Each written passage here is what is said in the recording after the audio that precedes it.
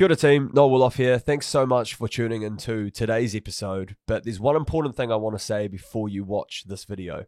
I've noticed that over 91% of you who watch our content on YouTube do not subscribe to the podcast. My promise to you is if you subscribe to the podcast, I'll continue to get more of the guests on that you love and make sure that this conversation and this podcast grows to new levels. So please hit that subscribe button. Secondly, a massive shout out to our official sponsor of the podcast, Moana Road. If you want to save some cash and get some of their awesome gears, head to their website and plug in BTS20 and you'll get 20% off all of their products. Save some cash, support the podcast. Hope you enjoy this conversation. Lizzie, welcome to the podcast. Thank you for having me, Noah. Stoked to have you on, and looking through some of your story, like you've got such an interesting story, and I thought it'd be really cool for this episode to sort of start at the beginning. Yep. So you became pregnant at 20, Yep. Sort of navigating the benefit. Mm-hmm. You finished your degree, you built a career. Now you're the founder and director of Little and Loud, a award-winning PR company. Yep. So pretty impressive, but I think we'll be able to unpack some stories of like resilience and like the hard shit you've gone through is probably starting around your like recent experience with like navigating the situation with your daughter Amelia. Yep. You described it almost as like a horror version of 50 First Dates with the sort of neurological challenges she's going through after living, like 12 years as an ordinary, healthy child, right? Yeah. So, yeah, obviously it's quite a raw subject, and just keen to understand like what happened during that period. Yeah, sure. And how has that sort of like reframed your psyche and perspective, I guess, on like what success and fulfillment looks like today? Oh, absolutely. So I guess like fast forward a couple of years between starting my business and last year, I'd met my now fiance, and I had two more babies, two little girls. So I've now got Amelia, who's 13, nearly 14, Pippa, who is 4, and Dottie, who is 2. And life was looking, at the start of last year, life was looking pretty awesome. So because of the business success, like financially, we're in a really good position. I was able to clear all that debt, cleared my student loan. We've got, a beautiful house with a very small mortgage. We're able to do all of these things. Like I was able to use the equity in my home to buy family members a rental to get them out of the rental crisis. Cool. Just all of the stuff that I have, never could have imagined doing. And, we were named the top PR agency in New Zealand, by the national body, which was amazing. We're just like riding high, and we went over to Australia, and it was our first kind of overseas family holiday, and we came back, and on the way back, my partner got sick, and Amelia got sick too, just like your run-of-the-mill. Maybe, I don't know if it was COVID or not, but, big fevers, nothing, you're not going to hospital kind of thing. Yeah. And a week later, I was watching her play netball. She loves playing netball. And we were 3/4 of the way through the game, and she looked at me, and she gestured to come off. And I knew something was wrong, because this kid has played with broken fingers before, she's never come off. And she came over to me, and she let me hug her, and that was my other kind of red flag, because like that's not cool when you're 13, let your mum hug you. And she said, my head's pounding, and I feel really weird. And I said, it's all right, hun, let's just sit down. And we sat down, and she kind of started to look woozy, and then she lay down. And I thought she'd fainted, like she'd never fainted before. She didn't have any other, it had just been a normal day. And someone came over and said, are you all right? I'm like, yeah, she's fine, because you're just going, what the heck's happening? But after 5 minutes, a call had to go over the tannoy and say, are there any doctors here? Because she was unresponsive. So she kept breathing, and her heart kept pumping. But it was lights on, no one was home. And she stayed that way for 45 minutes. And the ambulance came, and they couldn't get it. Like, they measure your level of consciousness on the Glasgow coma scale, and it goes between 3 and 15. So 15 is me and you right now, alert, responsive. 3 is, if you stay in a 3 for a long time, you're in a coma, and Amelia was a 3. She was unresponsive to voice, light, pain. When you see them do like sternum rubs and stuff, just getting nothing from her. And this is all at the netball court. At the netball court. Yeah, all at the netball court. And I just remember you know, that kind of, it's weird. It's like you're watching yourself, and the first 10 minutes you're like, oh, this is odd. And then you get to this kind of moment of like, I text my mum and I just said, I don't know why, because we don't even have a secret code, but saying like code 1, code red or something, get to the netball courts now. Something's happened to Amelia. And my partner arriving and going in the ambulance with her to the hospital. And like in Palmy, the netball courts are like across the street from the hospital, but we couldn't get her there. Like we just couldn't get her. So the ambulance took her. And by the time we got there, she'd come to, and she was just sleepy and groggy, but all the other things were fine. And they started to go down the track of, has she been having boy trouble at school? Or, you know, does she have anxiety? And I'm going, well, I have anxiety, but it's never made me unresponsive for 45 minutes, you know, like has she had a knock to the head? No. Drug and alcohol, I'm like, this kid's pretty sheltered, but go hard, try. You know, I'm not going to be the mum that's standing there going, not my daughter. I don't care what she's taken. Something's happened. And they ended up putting us out in the waiting room. And my daughter is Samoan and looks a lot older than, she was 12 at the time. She looks way older than 12. And I did kind of wonder if they would be doing that if she was a real petite little white kid. And we were out in the waiting room for a couple of hours, and she was fine and she was eating. And so I thought, let's just go home and I'll take you back to urgent care in the morning. And we went back and we got admitted the next day, and they did all these tests and they couldn't figure out what was wrong. And they thought it might have been something called a hemiplegic migraine. And so they started her on some medication.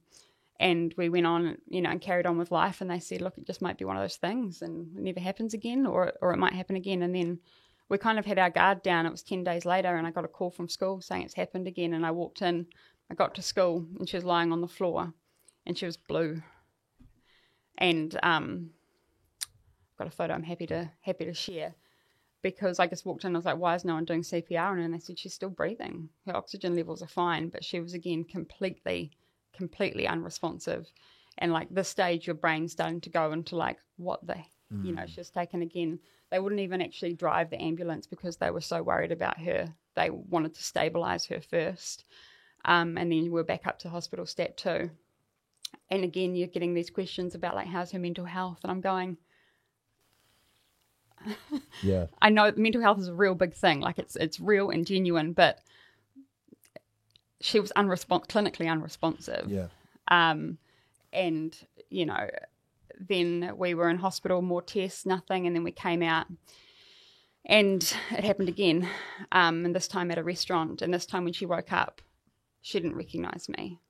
And she kind of came to and did recognize me again. And then, you know, we got discharged again. And this time, the last time, I used to work at home, and I was working in the office with one of my colleagues, and she came downstairs and she said, Mum, I've just got this feeling that something really bad is going to happen. And I said, what have you been Googling? Because I thought, you know, maybe she's Googled impending sense of doom or something. And she's like, nothing, just horoscopes. And I was like, okay. And she said, I just felt like I needed to come and be close to you. And 2 hours later, she I found her in her bedroom, unconscious. And that was the 23rd of August last year, and it's July now, and she's lost all of her memory since then. When she woke up, she didn't know where she was. She didn't know who I was. In the hospital, she couldn't use like the soap dispenser. She didn't know her name or date of birth. She figured out that it was on her hospital bracelet, so she was able to read from that. But I kept saying to the doctors, I'm like, she's reading from it. Like, she doesn't know, because they said, what's your name? And she looked down and she had Puma on her vest. And she thought that was her name, like the nurse's name badges. And they came down and they said, look, we've done all the tests. There's nothing more for us to do. And I was just like, what? Like, they said, you can stay in ED, but we've got no more tests to run on her. We don't know what's going on, but we know that she doesn't have a brain tumour. She's not having seizures. You know, go home. And so we took her home. And the next morning, like, she got a fright when she saw her little sister, because she was a small human. And she got a fright when she saw someone jumping on the tramp, because she didn't recognise the tramp. And she kind of, like, she wasn't having any short-term memory problems, and she kind of got more and more with it as the day went on. But she was just on another planet.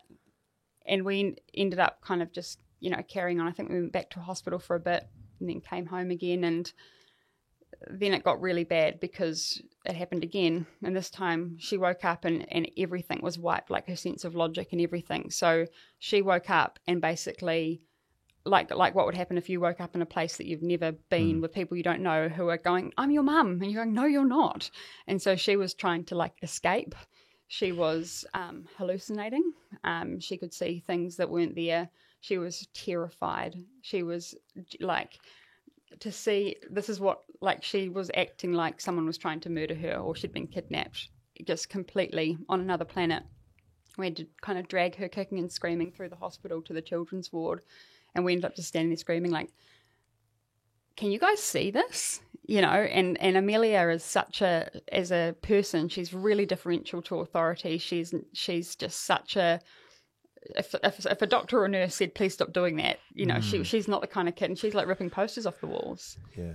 It was insane, and we just couldn't get over it. And then it all just kept going downhill. So we realised one day she was colouring in, and she tried to write to Dad, to my partner, and she couldn't write anymore.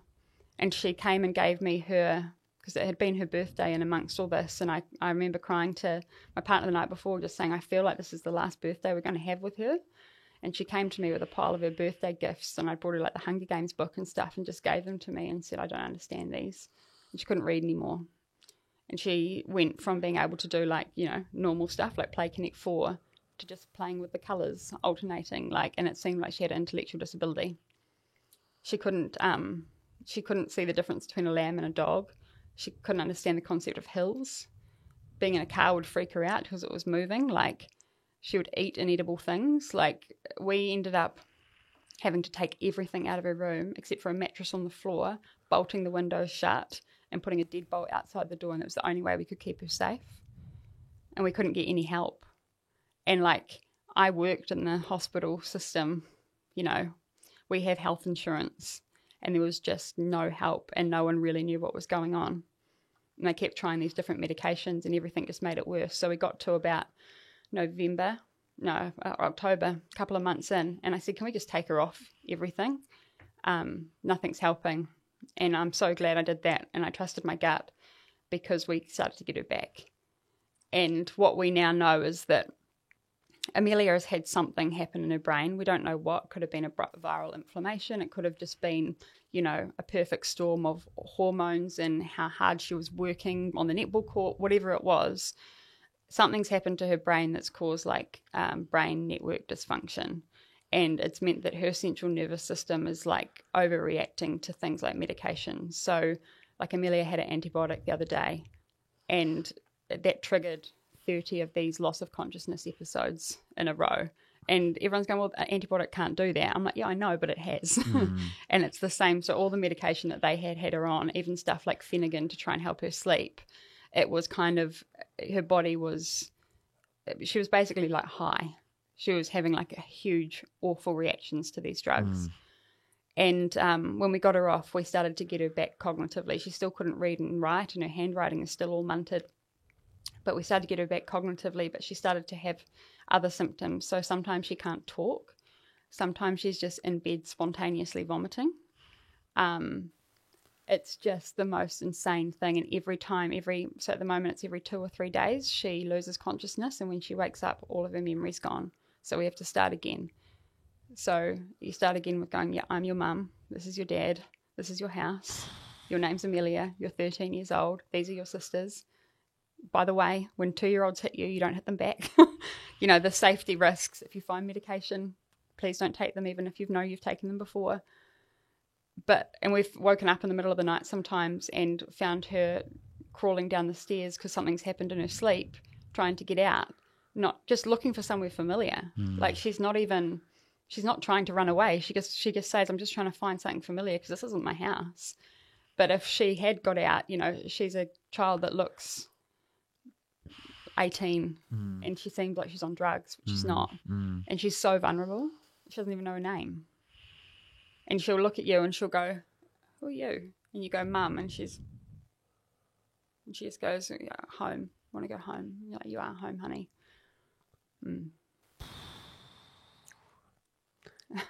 That is like the craziest story I've like ever heard. Yeah, I know.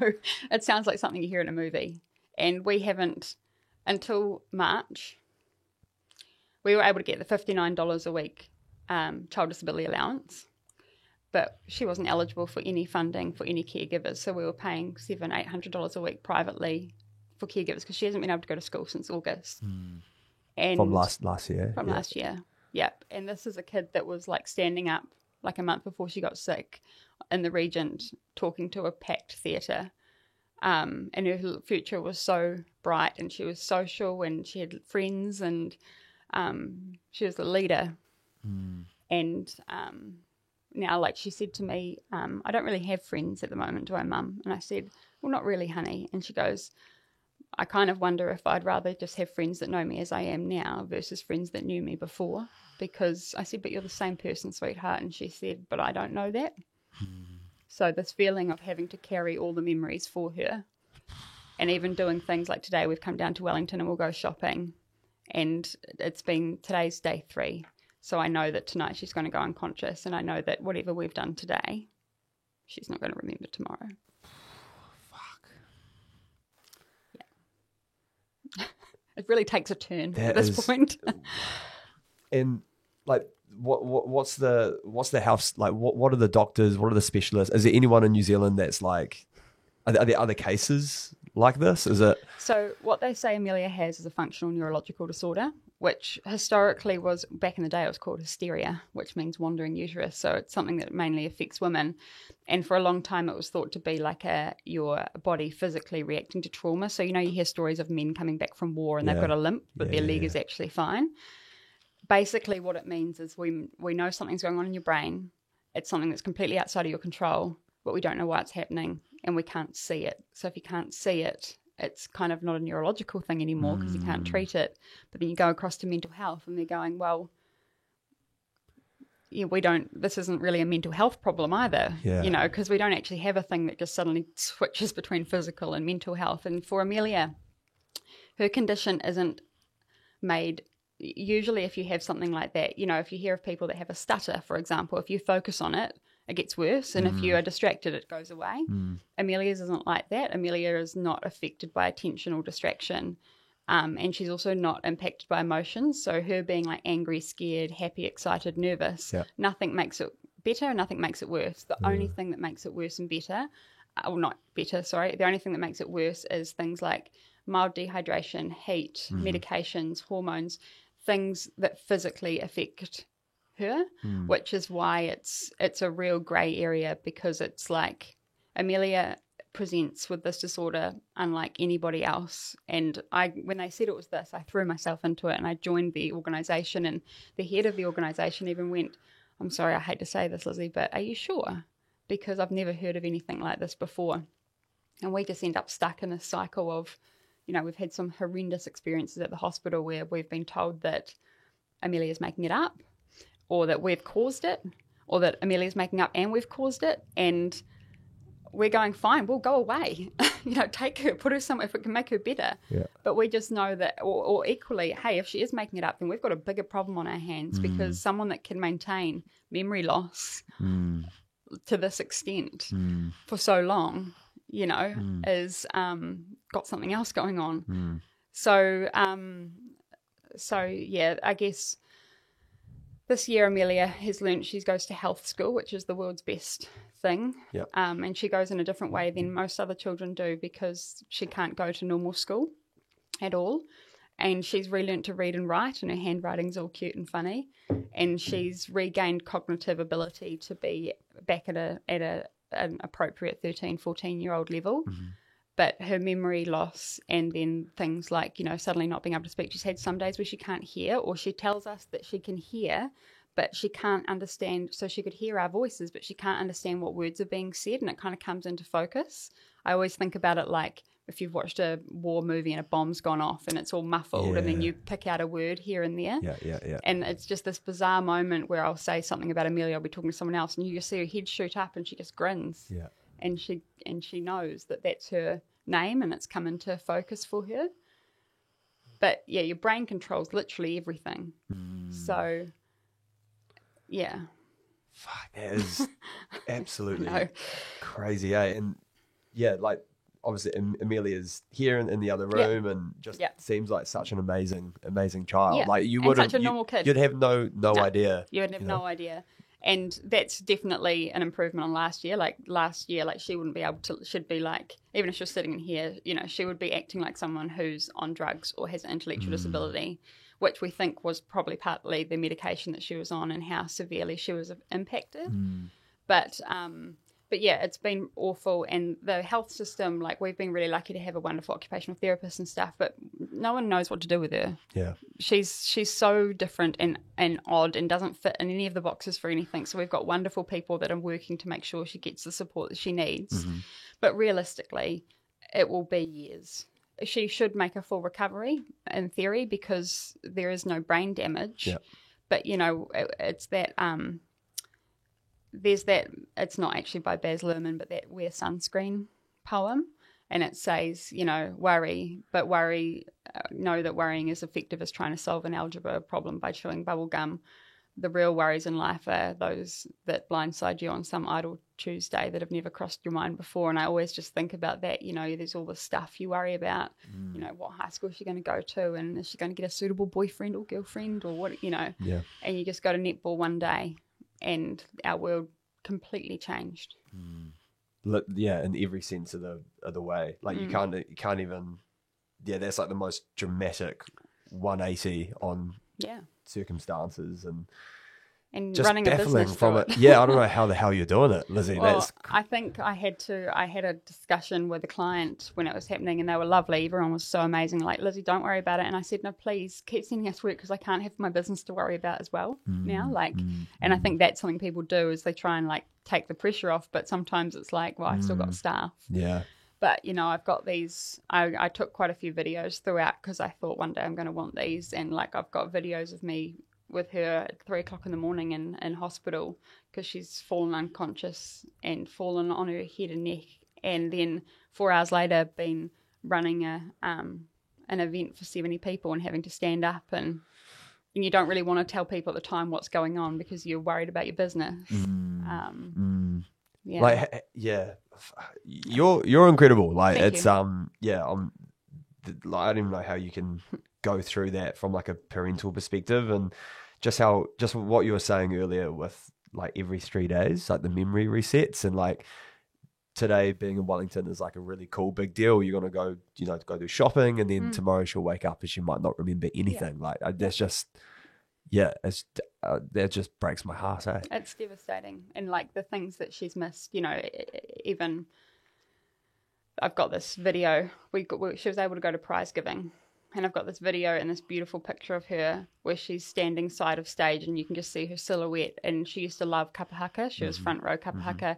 And you can see her tapping her foot because like somewhere in her there's some muscle memory that's happening and she's kind of trying to copy the motions. But she's side of stage while her whole school's performing. And that's kind of what Amelia's life feels like at the moment. And it's so bizarre that people don't know what to say, you know, or how to help. Yeah. They got to find some solutions to it. Eh? Like it's so tough, eh? Because the brain, it's like an invisible. Yeah. Like how. They said basically that they're sure one day there'll be something that someone will find that will explain what's happened to Amelia. But I don't know. I just lived in this world of thinking like, oh, you know, things go wrong with bodies. Doctors can fix them or they can't. But at least they, you know, I never thought there'd be things that people just couldn't figure out. Yeah. You know, or they can figure out, but they can't really explain. Yeah. Yeah, that's been it's really like shattered my sense of like safety and security. And then in January, one of my family members had a mountain bike accident, broke heaps of bones. And I was like, okay, we're back in hospital, but triggering, but it's broken bones. How hard can it be? But he ended up getting sepsis, which was missed, and in ICU and nearly dying. And that was just like another one of those like, okay, we can't do complex, but we can't do broken bones. And the system is so fundamentally broken and people are trying really hard. But it really shattered kind of how safe I feel raising kids in New Zealand. Yeah. Yeah, it's a rude awakening, eh? Because I think you look into like the health system or doctors and you think, you know, medical science has been around for hundreds of years. They've got a solution to everything. Yeah. But, yeah, it must just be so frustrating hearing the like, I guess you just don't want to hear or get the impression from any specialists or the system that they're like giving up, right? Like on your daughter. Yeah, or too hard basket. But Yeah. I think like there's a real weird, I love burnt toast theory. Tell me about that. What is? That's so burnt toast theory is this kind of idea that your toast burns in the morning and it annoys you, but because you have had to spend an extra few minutes making your toast, you miss a car crash. It's kind of like silver linings, but opposite. You know, some things happen, so other things can happen. And I'm not a very spiritual person, but when I actually look back on my whole journey, and I think like, okay, so having Amelia was the one that made me kind of finish my degree and push me to work hard to the point where like I would back myself as a communications consultant against most people. Other people have different experience than me, but I know I'm really good at what I do. And then the only thing that Amelia, the only skill that any of us in our whole family had that was useful for Amelia was the ability to communicate and advocate and record what was happening and to be able to, you know, use the right language with the doctors and get her story out there. And I guess like it's one of those weird things of like, if I hadn't had her, I wouldn't have had the skills where they are to be there for when she actually needed me to be able to do this. And I think that that's what will be next for her, whether she wants to, you know, she's quite happy with me sharing this amount of her story, but whether she shares it herself one day, you know, that's going to make a huge difference for other families one day too. Absolutely. That's a great perspective to sort of look at it through. And I mean, from your perspective, Lizzie, like how do you navigate having that strong front of being a mother and also, the pressures of sustaining your business, growing it, like operating between those two worlds with all of this shit going on? You're like a superhero. I don't know how you, how do you do that? Not healthily. I think it's again weird, right? Because I definitely felt like after 4 years, 5 years, I had a bit of a lull of like, okay, well, I don't have that drive for survival anymore. You know, I do love a little bit of bougie stuff, but you know, material wealth has never been like a motivating factor for me. So what am I doing this for? And I kind of reframed it to be like, well, I can actually help my employees or help other people and do pro bono stuff. But this happening with Amelia kind of took it back to survival again. We don't know where this is going to go or what we might need to do. And so, you know, money is important because we're not getting much funding. And it still costs us, you know, some weeks it's $900 a week. And we're getting funded for maybe a third of that. And that's a lot of money. Yeah, it's heaps. So I guess that like that's kind of helped keep me going on the business side. But I've also had to relook at the way I work. And for a long time, you know, like I said right back at the start, I avoided using Lizzie Guest as my business name because I didn't want... You know, I wanted other people to be able to do the work too. But now I'm kind of aware that the one thing that I can't replicate is the stuff that I can do and the stories that I can tell and the way that I train and engage with people. And so I'm kind of leaning more into, you know, my business is doing good. It's over here. It's got the reputation and leaning more into like the Lizzie Guest stuff because that also gives me the opportunity. You know, I've started these workshops which are going like great guns and we're going around the country with them now. But, you know, from an energy perspective, that takes a couple of hours of my energy sparkling versus, you know, day in, day out hustling if I was trying to grow my business significantly. And so I'm just trying to be more strategic with that kind of stuff. Yeah, getting that balance right. Yeah. And doing stuff that fills my cup too. Like I like that stuff. I like doing stuff like this. Yeah. And it's important, I think, when you're going through, you know, because Amelia's case is weird, but having a sick family member is not, you know, we'll all have unwell or elderly parents or children or partners, and so many people are going through that stuff. And so finding things that you enjoy outside of your role as a caregiver, I think, is really important. Yeah. What are those things like outside of sort of work and family? Like what else I just really love work. Yeah. Formula One. I like going to the movies. Yeah. No, I always kind of joke. Apparently, it's an ADHD trait that people don't have hobbies because I've got like a lot of half-started hobbies. True. But but yeah, no, I really love work, and I'm really interested in AI at the moment. It's just really got me. So yeah, I don't have a lot of hobbies, but I also have 2 kids that are under 5. So I kind of feel like maybe my time for hobbies is in like 5 more years. Yeah, that's right. That's very true. Speak about your journey. What was your upbringing like? Yeah, cool. So I grew up, I say Dannyburg, but it wasn't even Dannyburg. It was halfway between Dannyville and Woodburg, which is Dannyville and Woodville, Woodville and Dannyburg. So I grew up halfway between Dannyburg and Woodville, and it was like back end of nowhere. We'd moved from England when I was really little, so we had no family around. We had, we were new to town, so we had no friends, and grew up there and moved across the hill eventually to Palmy, where I went to high school. And I was just one of those kids that I didn't have to try very hard to be good at school. We've got a bit of a family joke that when I was little, like 5, I was picked up for being gifted and did all the IQ testing and stuff, but it came back that I'm just like normal smart. They thought you were like a super genius. And like, no, she can't do maths. She can just talk well, which, turned out to be kind of my main gift, which is cool. But I went to high school. I didn't have to try too hard at school, but I wasn't really like on fire about anything. I was constantly that kid that was like, if she applied herself, she'd do really good. Yep. So I left high school. I actually left high school a year early. Decided to try nursing, decided to try a few different things, hated it all. Before I helped my dad out with some events and thought, this could be the go. Yep. Googled kind of what do you do to become an event manager, and it said communications and PR. So I enrolled knowing not much about it, and I toddled off to uni, and I sat in my first class, and I remember this because this was like back in the olden days where, we all had Facebook, but the idea of Facebook for business or anything like that was like unheard of. And in my first class, the lecturer played this video, and it showed like how fast social media had reached a certain number of people versus like TV or radio or newspapers. And I got like goosebumps, and I was like, cool, I'm interested in this. It was the first time I remember being really like, cool, this is me. I kept going through uni, and I did the same thing. I didn't really try that hard. I spent a lot of time in High Flyers, which if anyone's been to Palmerston North in the noughties. What's High Flyers? High Flyers, it's a real grimy club. Oh, love it. Pub. How good. Yeah. So I spent a lot of the time being drunk or hungover, living that kind of student lifestyle. Yeah. And then one day I found out I was going to be a mum, or I was going to have a baby. And I was absolutely heartbroken. I'd just turned 20, and I remember going and telling my dad, and he did the most cool dad thing that I think anyone could do. He didn't really say anything. He just walked out the room, and he came back and he'd made me cheese on toast in the shape of love hearts. Oh, which I think is like the cutest thing ever, because I was his eldest daughter. I'm sitting there going, I'm pregnant, Dad. Yeah. And that was kind of summed up the response from my family.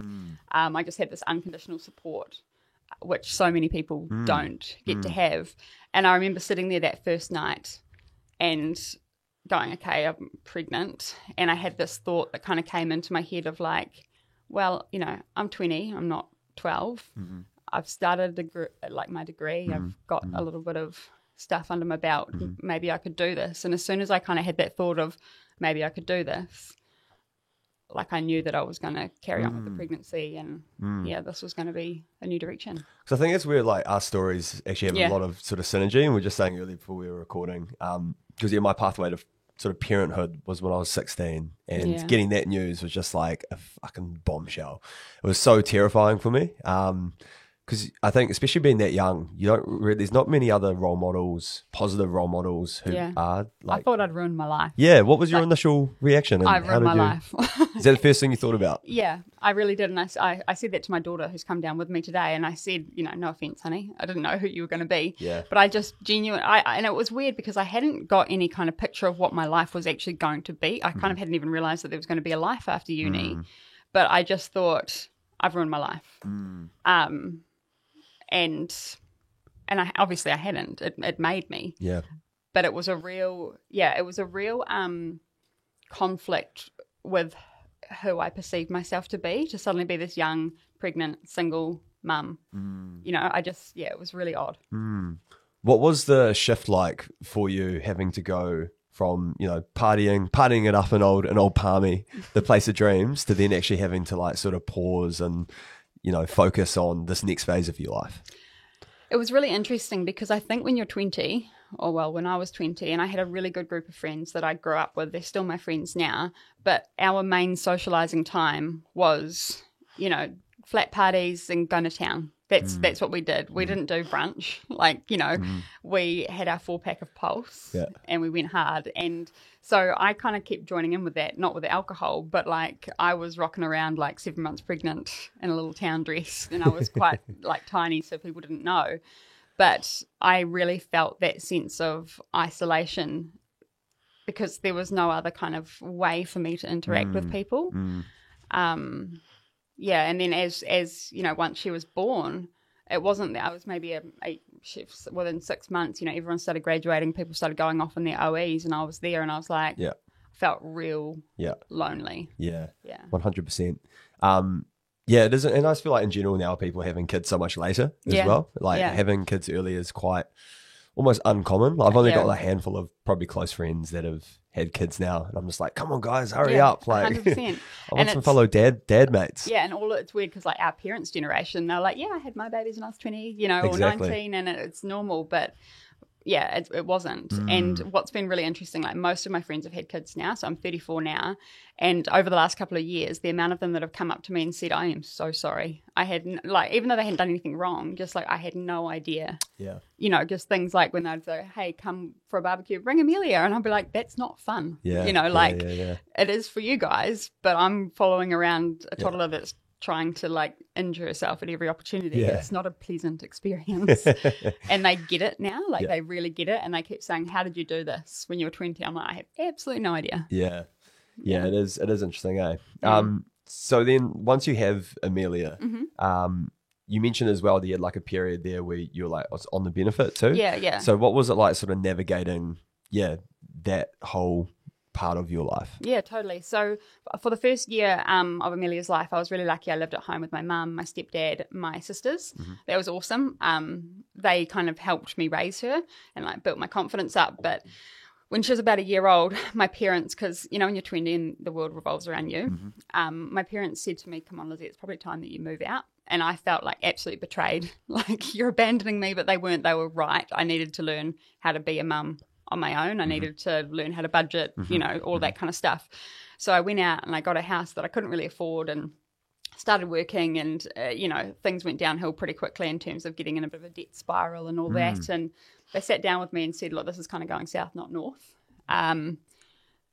You need to make some changes. And it was a real ego thing for me to downsize to a little like 2-bedroom unit where it had like nicotine stains running down the walls and like one of those showers where it was kind of like crumbling at the bottom. Yeah. And go, okay, if I want to earn more money, I've got to finish my degree to get a grown-up job. And the only way I'm going to do that is by going on the benefit, because back then, in the olden days, StudyLink didn't do sole parent stuff. Yeah. And for me, again, that was another like real hit to my sense of self. And I remember kind of navigating that system going, you know, it all worked fine for me, but, you know, I know how to fill in forms. I can speak quite eloquently. Yeah. I look the way I do. Yeah. You know, it wasn't hard for me to negotiate, but it was, navigate, but it was still like, I still will go on rampages all the time about people that say being on the benefits easy, because I had like mates rates rent. I had minimal debt. I had no drug or alcohol problems. I didn't smoke. And I would still be like looking for like 20 cents down the back of my car to try and buy an apple because we were so short on cash. Yeah. And it was my friends and family being generous and dropping off groceries that got us through that year. Yeah. It's tough, eh? And it's, like, I've just got so much, sympathy for it. And I think especially if you know or you've experienced like being broke, you can really understand just how fucking hard that actually is. Yeah. And just that mental stress of thinking about your finances and living paycheck to paycheck, like it absolutely wears you down. It so does. Even just like knowing you don't even have enough money for petrol to drive your kid to the park. So I just remember this year of being like, you know, again, all my friends had kind of moved overseas. My family had kind of gone traveling for different reasons around the place. And it was just me and Amelia like in a stare off. And both of us needing to be out and doing stuff and being with people and just not having anywhere to go. Yeah. It was really bizarre when you think back on it. It's like lockdown. Yeah. But like worse. Yeah. Self-lockdown. Self-lockdown. Do you think you've always been like really resilient? And like to, you know, like those are hard things to go through. You're in your early 20s, you're a like solo mum on the benefit, navigating like what is that next step for you? Like, could you have seen like a different path that you might have taken where you could have just like kept living in this cycle of, don't want to call it like poverty, but Yeah, I definitely can. Like, it would have been easier sometimes to just give up and be like, this is just what we're doing. But I don't think I would say that I was resilient prior, but I would say I would like to have said I was resilient. But what I kind of now know about myself is that, when the pressure is on, when there's intensity, like that for me is like, I can super focus and I can just get through what I need to get through. But when I don't have that, the opposite happens. I just coast around and spin on my chair. So, yeah, I guess looking back, Amelia has been the most intense version of that, of like, you just have to get on and do this, which has been really good for me. Yeah. 100%. So how did you sort of get out of that period, I guess? So I finished my degree, and so I think I was 24, and Amelia would have been, 3 or 4, and I got my first job in comms, and it was a real enlightening experience because I kind of went in. I remember begging one of my lecturers actually before I graduated to let me repeat a paper because I said, I don't know what I'm doing. And he said, you do, just trust me. And I went into it, and it turns out I was quite good at it. And things took off really quickly. Like, I thought I was going to have to work really hard to kind of catch up to my peers, especially like the kind of message that I always had was that you're going to need to leave Palmy if you want to have a career. And I felt really conflicted because my very small support system was in Palmy, and it was safe, and so the idea of moving somewhere else, I like toyed with it and I looked into lots of options, but I just never really was brave enough. And so to see a career start to come was really exciting. So, and you started your business Little and Loud at 27? Yeah. Was it? Yeah. What did that decision sort of look like for you? Like actually venturing out and starting your own thing, and taking that risk. Well, I think it's really interesting because I've spoken to a lot of other women who've started businesses, and a lot of the time, like, I think there's a real common theme that it's like a survival thing. Like there is, and I don't know if it's actually always a survival thing or if it's just uncomfortable to say, I'm really ambitious, I want to make more money, I want to be successful. It's a lot easier to say I needed to provide for my child, and that's kind of what I've always said. But I've always known that I would like to work for myself. My parents have always been self-employed, not with big businesses, but just self-employed. And I didn't really see how that was going to be an option for me anytime soon. So I actually jumped ship into a creative agency, and that was amazing. It was like, it's the Google of Palmerston North.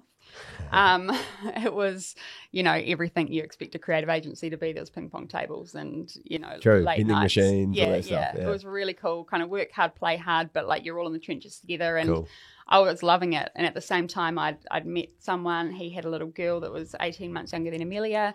So I was a stepmom. I got married. I got married at work, which should have been like a sign of where my head was at the time. Wait, what? Yeah, we cleared out all the desks because it was like a real cool agency, and we like literally got married at work. Still clocked in, still on the company time. No, getting paid for your wedding. No, but I did look back and I noticed that I had a lot more photos with my colleagues than I did with my husband, which might be why he's now my ex-husband. True. So he was a lovely guy. Just I was just burning the candle both ends hard, and I just crashed and burned. I just burnt myself out, and that was a real like holy heck moment because, all right, I found what I'm really, really good at, but I can't do it and mum, and I can't be a full-time mum because I get too bored. Yeah.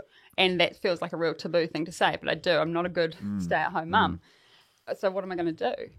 And I went out and got like a proper job that paid me way too much to do hardly anything for 20 hours a week. And I was so bored. On those jobs. Massey University. Okay. And I was so bored. And the phone kind of started ringing of people saying, hey, I've heard you've gone out on your own. Would you like to do this? Would you like to do that? And yep. And then I kind of sat down one day and I was like, I've got 3 months worth of work that I could do. And I spoke to my then husband, and we were like, yeah, let's, he's got a salary that's still coming in. Let's do it. So I quit my job, and it was like 10 days later, my husband and I separated. So then I was like, okay, so once again, I'm on my own with a 7-year-old. I've just effectively lost my stepdaughter who I'd had 50-50 since she was little, and she was 6, I think, when we split up. And I've got no assets. I think I had a car worth like $800 that leaked. And I've got all this debt that now I've acquired in our like separation. and I don't know what to do, because I know if I go and get a proper job that's going to pay enough to support me and Amelia, I'm going to burn out again, and I'm not going to be here and be a good mum. So I was like, I just remember I did, like, you know, it sounds all well thought out, but really there was a lot of crying in bed, and looking and going, okay, can we go somewhere cheaper to rent, and realising that the rents had gone up so much. And I just thought, okay, well, let's give it a crack. And I'm really grateful that the networks and the stuff that I'd done just by being me came through, so that, yeah, the business started to kind of take off.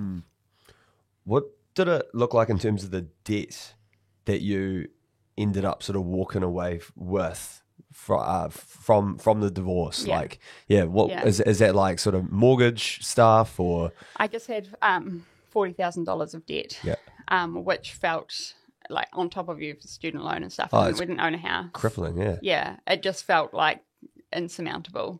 And, you know, at the time, I think like my salary at my former job was like $55K a year. So it was huge.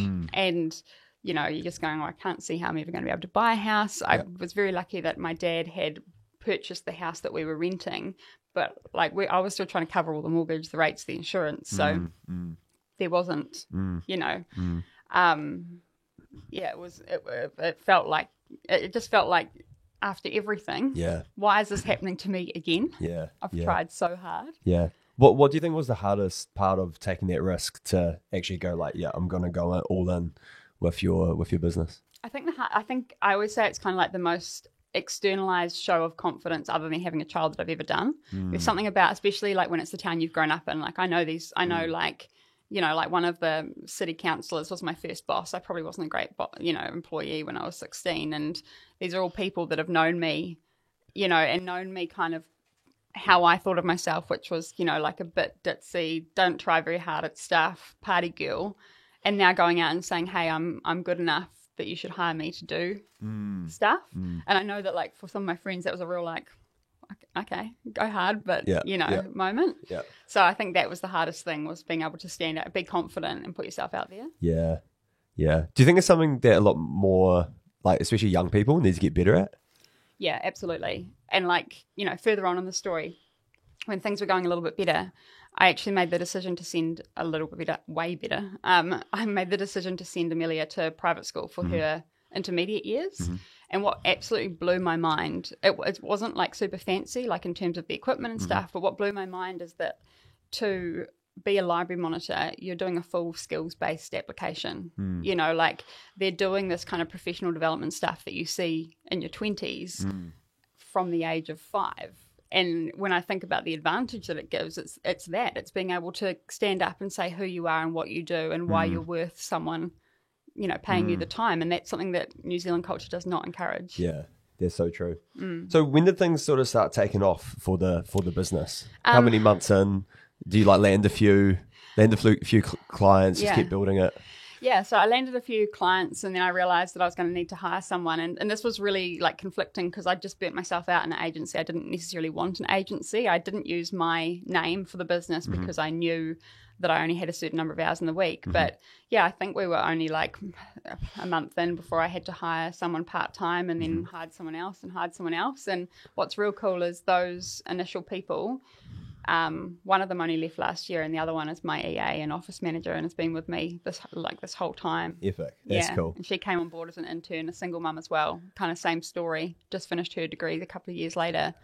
And yeah, she's like grown with the business. So, that's epic. Yeah. That's so cool. And it's a team of 5. Yeah, we're a team of 5 at the moment, and we have contractors too. Yeah. So that's contractors is an area that we're looking to grow, because we've now kind of got a brand that has the, I guess, like the mana and the credibility for people to want to kind of work through us. So that's been happening more and more. What's the hardest part of like running a PR agency, like a sort of service-based industry?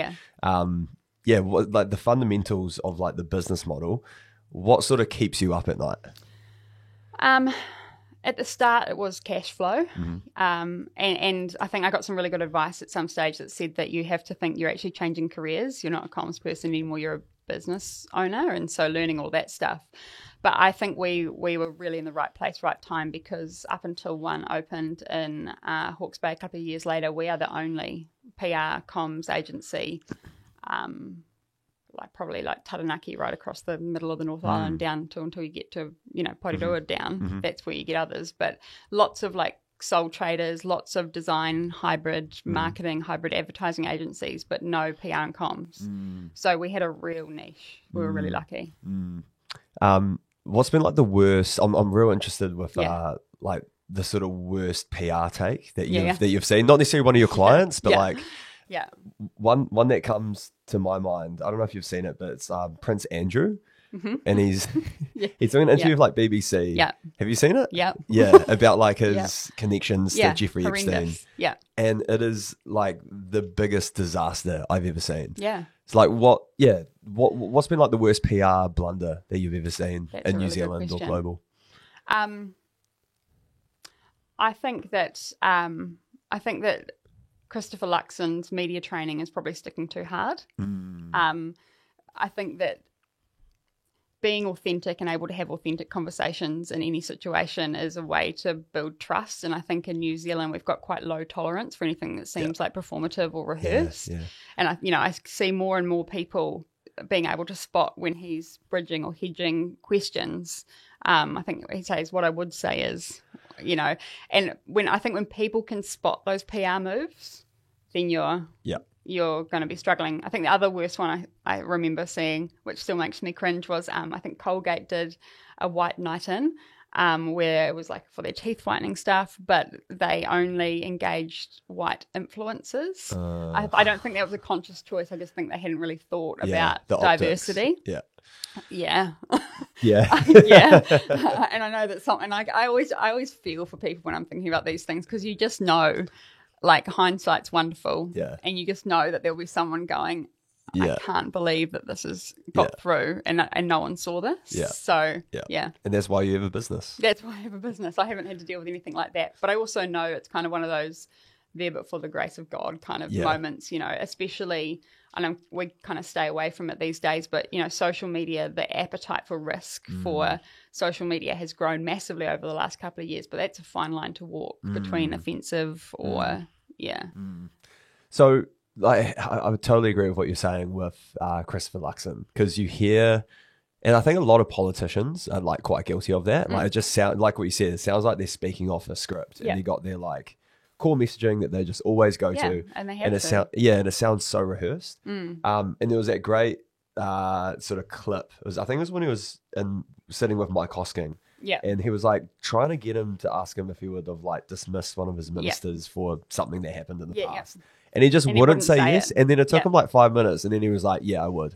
Yeah. And it's like, what would your advice be, let's say, to Christopher Luxon? I think my advice would have been, I think that in that case he was worried about employment law, because I guess like until proven guilty or until you've followed due process, you can't just say, hey, yes, I'll dismiss them, because you don't want someone to raise something else. In that instance, though, I would have said, like, hypothetically, if this person had stayed employed and if they were guilty of what they have been accused of, then yes, absolutely, there is no place for them in my government. Just kind of shutting it down quickly. There's times where you can kind of skirt things, and that, I saw on the news last night with that awful tragedy that's happened in Texas, where there's been flash flooding and there's lots of people missing. I saw their governor saying something like, we're actually not going to confirm how many fatalities we have, because we don't not trust the information, but we don't have all that information right now. And I thought that was so much better than saying, than trying to hedge it and just being like, look, it's an unfolding situation. We don't know if we've got 10 or 20. We're trying to figure that out. But it's not going to help people if there's 20 people missing and we say we've got 20 fatalities and it's not confirmed. I think sometimes you just need to be more straight up. So what actually happens behind the scenes, if there is like a massive crisis or even just in like the political system, because you're doing speeches to the nation all the time. You've got to send updates with the information that you have provide confidence to like the New Zealand public that everything's probably under control. Like what sort of happens behind those closed doors to get them up to the podium so they feel supported to say the right stuff?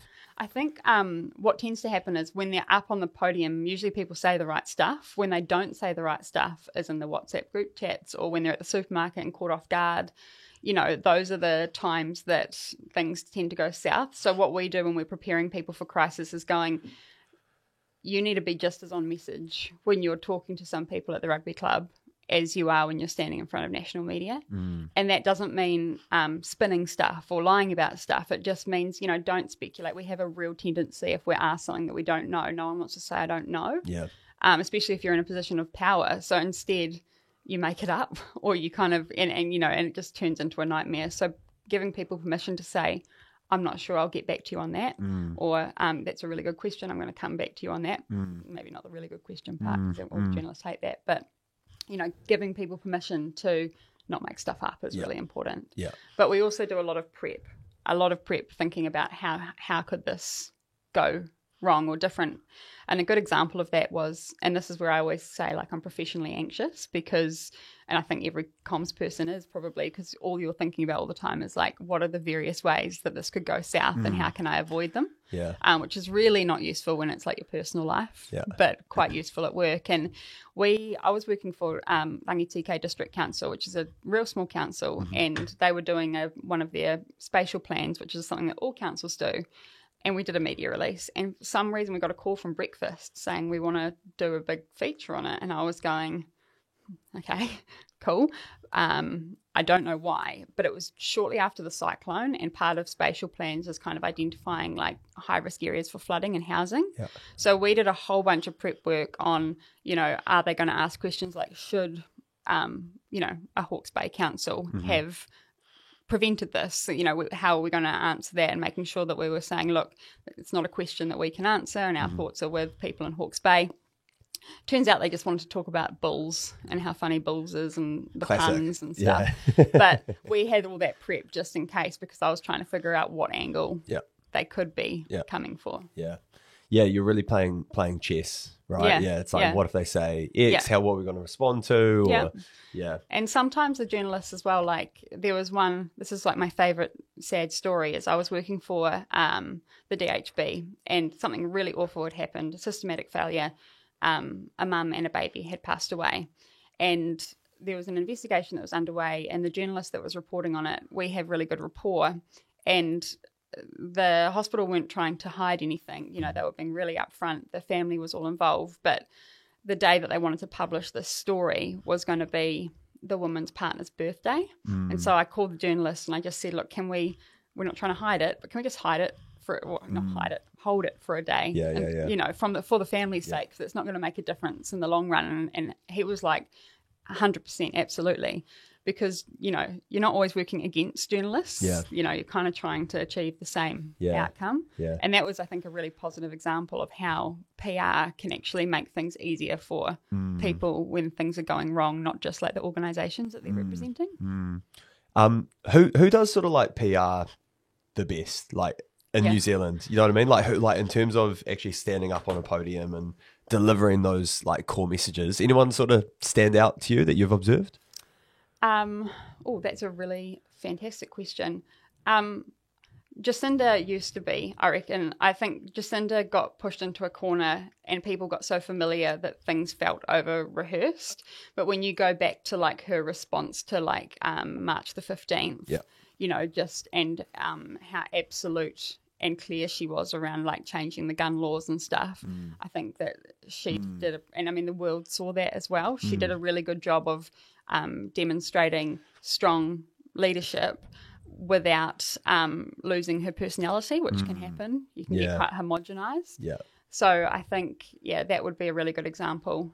The other ones that are always really good often are sports people. Sports people do a good job, but they're also most of the time not up against super aggressive media, and that's a whole different story, being able to hold your composure in that case. Very true.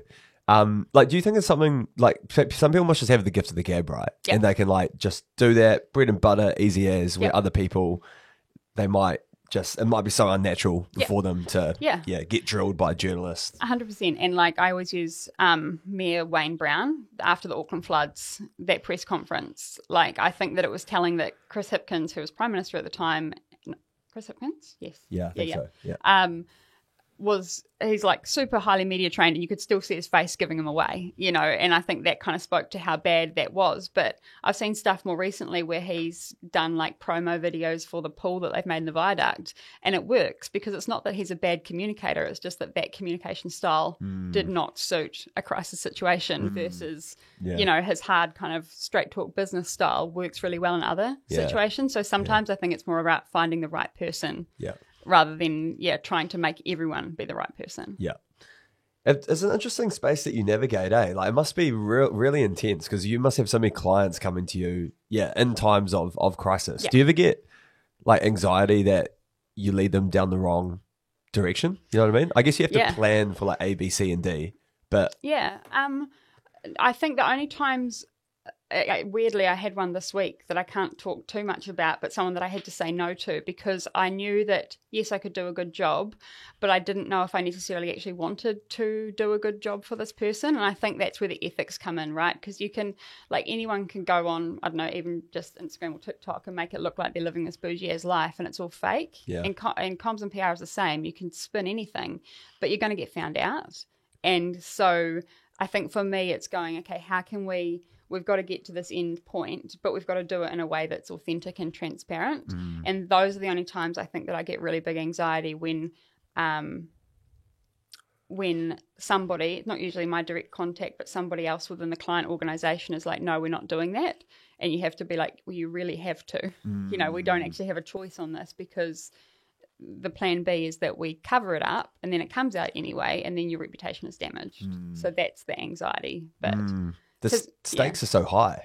They are massively high, but it's actually very simple. Like if you're open, honest, transparent, and, you know, straight up, that kind of, I mean, it's like just normal life and relationships, right? Like if you make a mistake, own it quickly. Don't wait for someone else to find out. You know, try and fix it. But yeah, I haven't really, because it's just that simple, it doesn't really make me anxious when we're navigating crises. It makes me more anxious when people want to do something unethical about the crises. Yeah, true. Yeah. That makes sense. So there's lots of parallels to like even just like relationships 100%. and stuff, right? Yep. So you're sort of applying those same principles into like a professional context. Yeah, absolutely. That's all it is. And like communications is an extension of that. It's just like people are so big on thinking like, okay, what do I want to tell people rather than what do they want to hear? And that's all it is. It's just going, okay, humans are real simple, right? We just care like, what does that mean for me? And if you can kind of think with that mentality, which most organizations can't, they're busy telling you about their long-term plan or their new thingy. Yeah. But, you know, people just want to know fundamentally what's going to change. Yeah, absolutely. Yeah, super interesting. That's cool to get into. Yeah. Because I think so many people, especially from like a PR perspective, like you see the end products, but you don't realize there's so much happening behind the scenes to get somebody to, you know, write a press release or, you know. Yeah, and it's even the other stuff. My partner hates watching TV with me because like I'm a big Drive to Survive fan, which is like the best PR that Formula One's ever done. But there's been this new doco on Netflix called The Seat with Kimi Antonelli. And I just think it was super clever because Lewis Hamilton left Mercedes, PR nightmare. And what they've managed to do is they've kind of gone, yes, we're sad about Lewis, but look at this up and coming star. Look how we've like supported and grown him, and we're this big family. And got out before the next season of Drive to Survive. So from a PR perspective, it's perfect because now you're rooting for this young kid that you wouldn't have known if they hadn't done that. Yeah. You're not thinking, oh, they must be gutted they've lost Lewis Hamilton. Yeah, that's really smart. It is super cool. I think like a lot more sports are showing that more like authentic side to them, like the behind the scenes, and it makes you so much more invested. Yeah, and brands. I don't care anything about cars. Never had. Watch Drive to Survive. I'm like, hooked. I'm like, what's happening in qualifying? 100%. But I also got the chance to work with Liam Lawson.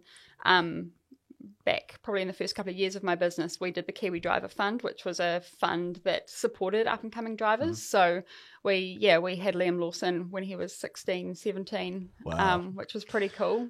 Crazy. And now seeing him, you know, doing what he's doing is awesome. Yeah, what a beast, eh? Yeah. He's a like goal podcast guest. Yeah. I'll get him one day. We'll make him crack. Yeah. I'll give you some context. Oh, please. That'd be great.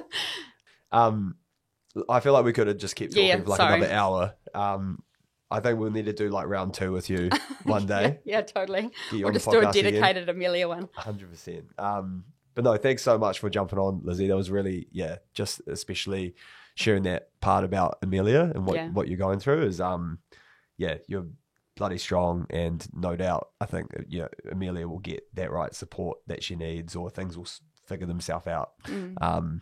Got full faith in that. So me too. Keep up the great work. Yeah. Thank you so much for having me, and sorry for my trauma dump. No.